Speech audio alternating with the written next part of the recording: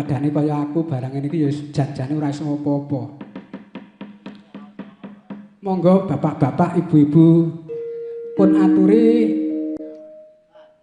ingkang radi nyemek kagem para pinisepuh sinom nyamat mangke pun lajengaken lagu Si Kucing. Monggo. Salah setunggal. Kok salah setunggal. Monggo pun pun napa pun dum napa pun sinten ingkang pareng badhe maringi berkah. Nek sinom nyamat ki ora ana liya aku milih panjenengane Ibu Sunarni. Nyuwun berkahipun, Bu. Nggih niki Bu Susan. Nggih Susana. Kersane cepet Susan mawon.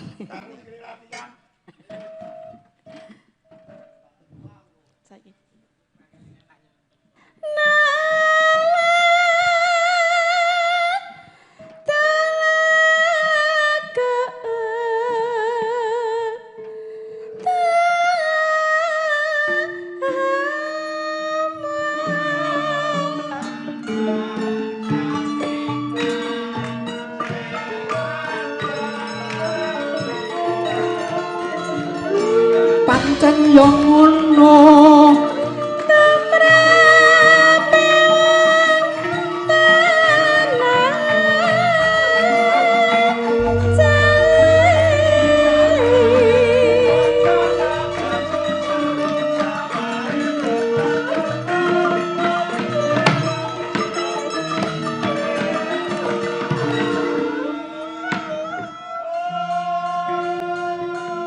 Nduk, apa yo? Pentas bengi iki wis ana ing mlebu ana ing sasi Jawa Ruwah, Nduk. Ana ing tanggal kaping 7. Malam ping 7. Aku biasane wayangan ruwahan epen 24. Gandeng ruwah awal aku wis diparingi kesempatan ya iki tak idep-idep tak nggo acara ruwahan, Nduk. Tak niati kanggo ngiriman Birul Walidain tumrap para pepundhen leluhur sing wis surut ana ing Kasidan Jati ya, Nduk. Mula ayo padha tansah ndedonga ndongaake para pepundhen sing wis tinimbalan ana ing tepet suci. Muga-muga tansah antuk pangapura satemah. Dipapanake ning kasuwargan minulya ya ana. Tundhane putra wayah kang isih ana ing alam praja iso nerusake gegayane sing durung kadumugen. Monggo dilajengke Mbak Susan napa sanesipun. Gandeng rencange kathah. Nggih, keripik gedang keripik tela.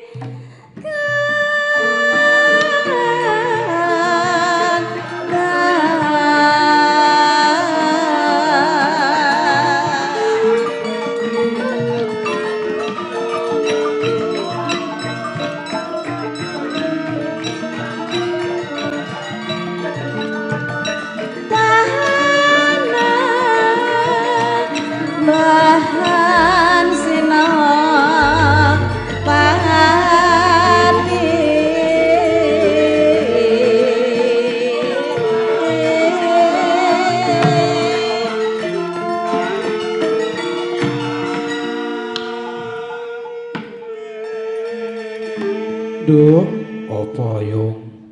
Wayang kuwi warisan utawa bagian daripada sejarah.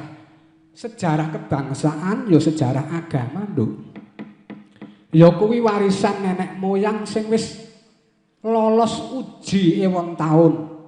Lolos uji kok ewon taun buktine apa? Ya kuwi wiwit saka jaman Prabu Erlangga abad kaping 7. Buktine wis ana buku Arjuna Wiwaha karangane Empu Kanwa ya Resi Kanwa. Mula ya nduk awake dhewe diping tekad awake dhewe ya mung nguri-uri kabudayan tetilaraning para rumuhun ya nduk. Iya Yung. Diteruske Yung. Yo, Nduk. Kapati aman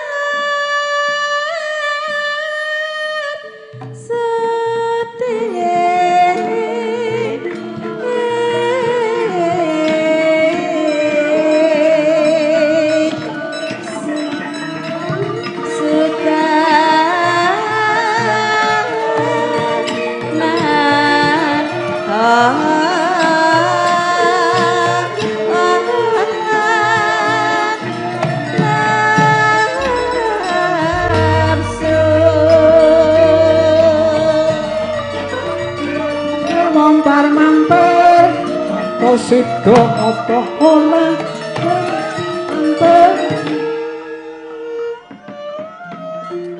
senggaan iki wis dipopulerke jaman dalang Joko Bledek Parangkusuma mbiyen Nduk. Senggaan iki Nduk awake dhewe aja nganti ninggal kaprancitnan utawa kawaspadan ya Nduk. Ana ing jaman saiki ana ing jaman milenial. Berbangsa, bermasyarakat kuwi ora gampang, Nduk. Luwih-luwih ana ing taun politik sing bakal teka. Kadang wong iso dadi duwe jiwa anti kemapanan. Anti kemapanan ki apa? Paton Sulaya, Nduk.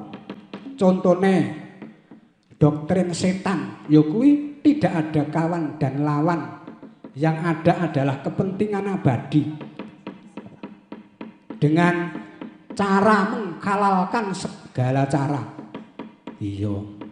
Ya muga-muga ya Nduk kanggo menghadapi situasi menjelang tahun politik iso nganggo cara dengan moralitas dalam berpolitik. Kaya awake dhewe iki saiki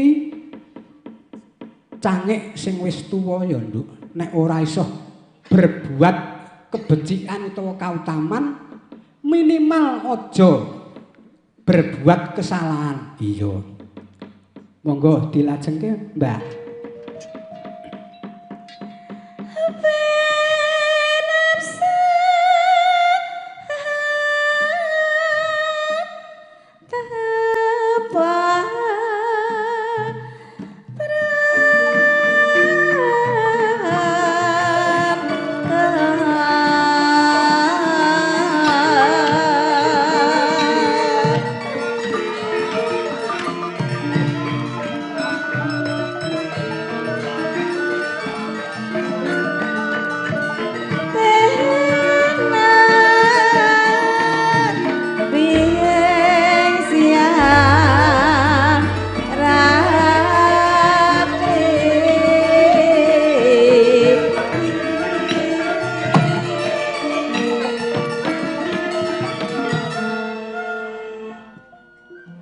Langsung ditelaske mawon.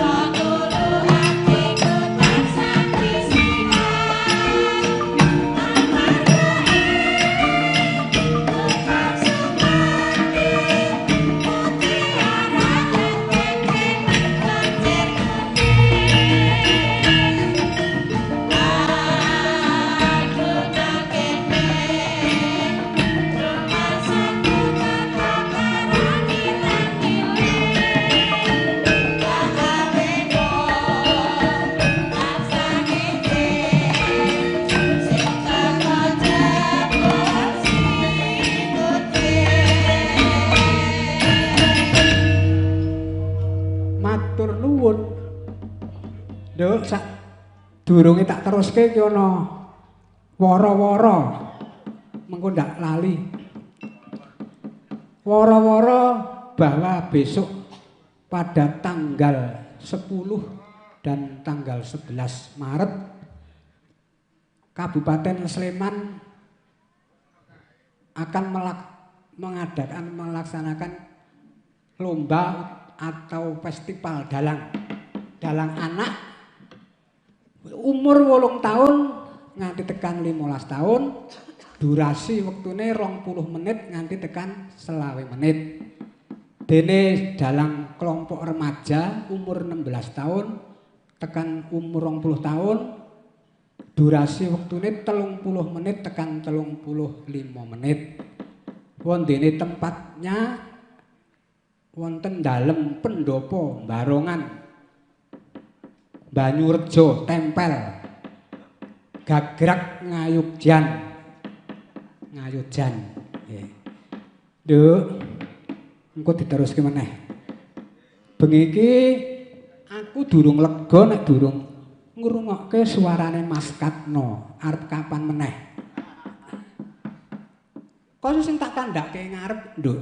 Wayang kuwi sebagian daripada sejarah kebangsaan, sejarah agama, dan sejarah negara. Ora lepas kok kanggo dakwah nalika para wali dakwah ana ing tanah Jawa, Nduk. Iki supayane aja lali nek wayang kuwi uga duweni misi sing luwih luhur, Nduk. Ngaturke langgam ali-ali dibawani. Monggo kula nyuwun ingkang bawa Mas Katno. Wira swara WL.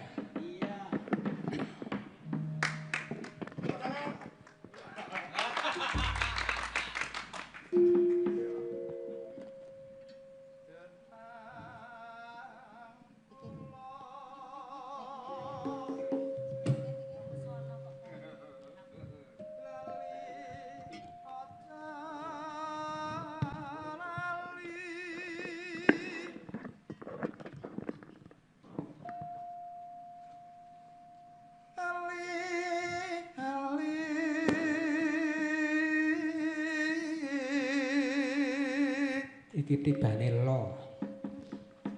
Niki sulih kula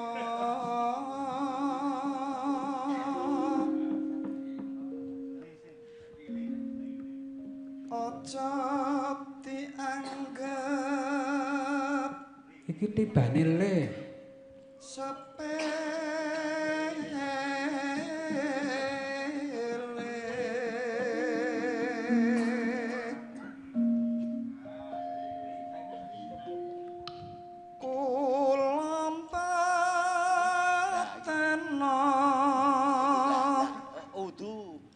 Lu.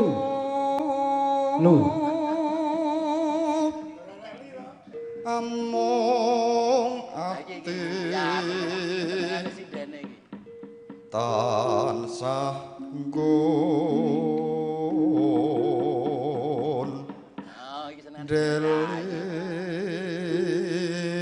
Li.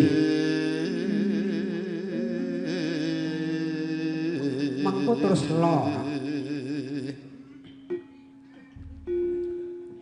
Yen dadi lara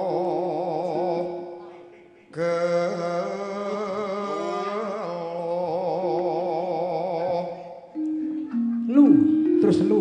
Sedirinten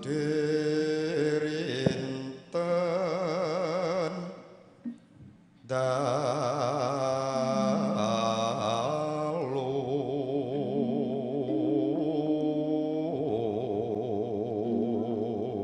Lo, mengko terus lo. Ketoken kewala nganti Iki terus lek. Ora ono lek. Dadi teni wae, Nduk. anti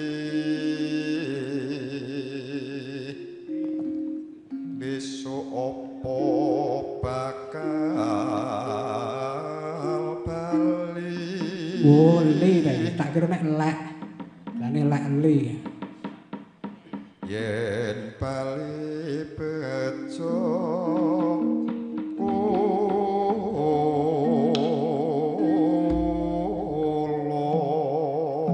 langgamipun ali-ali.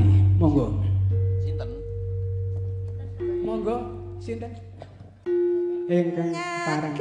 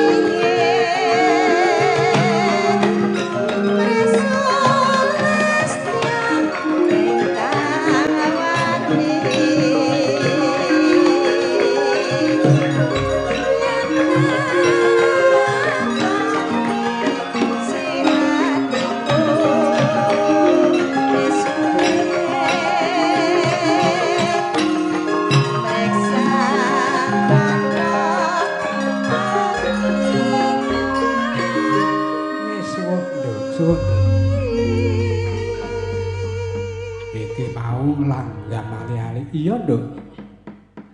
Nduk. Aku isih pisan meneh. Iki mau niliki komen biasane mbokne ndunglek komen ngeni ora kok komen. Niki enten request, Pak.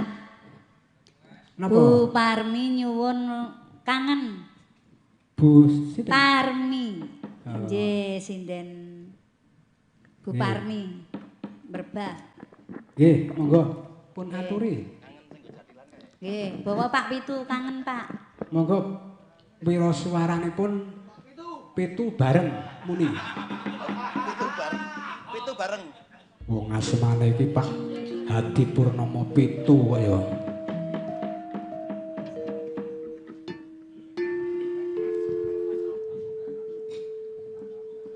Ora apa-apa. Monggo sinten Pak Karno nggih, melih.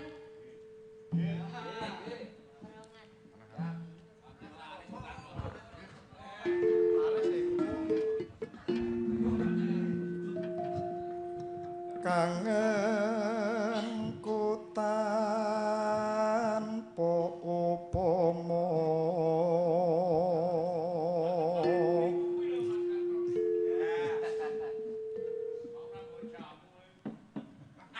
mung sliramu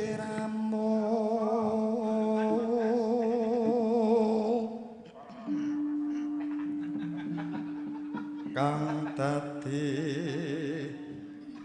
telenging ati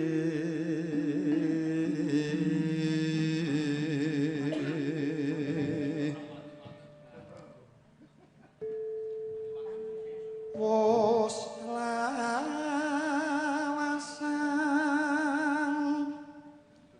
nggonku nunggu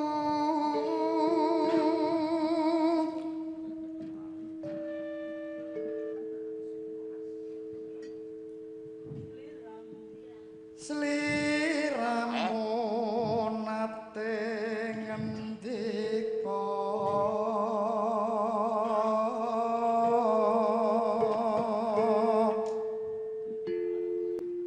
ngeling ana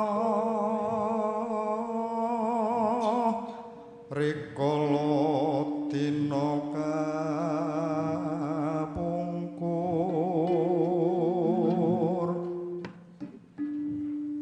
sliramu nate ngendika asih lair trusing batin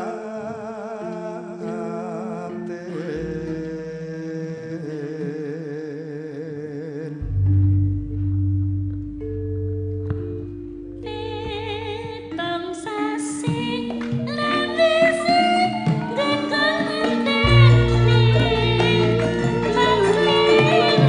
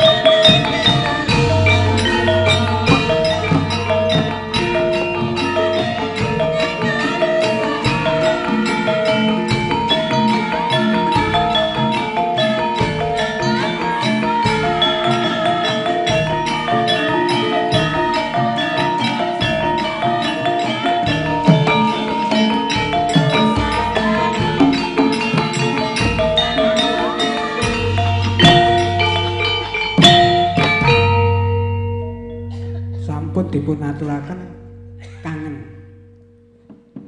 Sampun, Mbak. Request Sampun, Jin, niki sampun nggih Bu Parmi, ampun nagih melih.